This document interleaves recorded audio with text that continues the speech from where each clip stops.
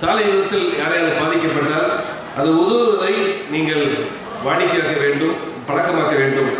நொடி பொழுதில் நீங்கள் செய்கின்ற உதவி, உடனடியாக நீங்கள் செய்கின்ற உதவி விபத்தில் அடிப்பட்டவர்களுக்கு அவருடைய உயிர் காக்கப்படுவதற்கு உறுதுணையாக இருக்கும்.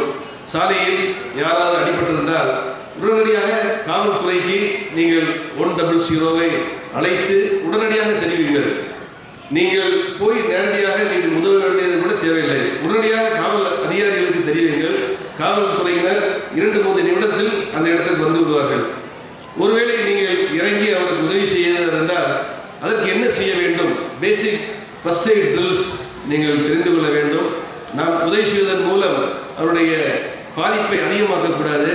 அதேபோல் உடனடியாக அங்கே இருப்பவர்களுக்கு என்ன செய்ய வேண்டும், எப்படி செய்ய வேண்டும் என்பதை நீங்கள் மனதில் வைத்துக் கொள்ள வேண்டும்.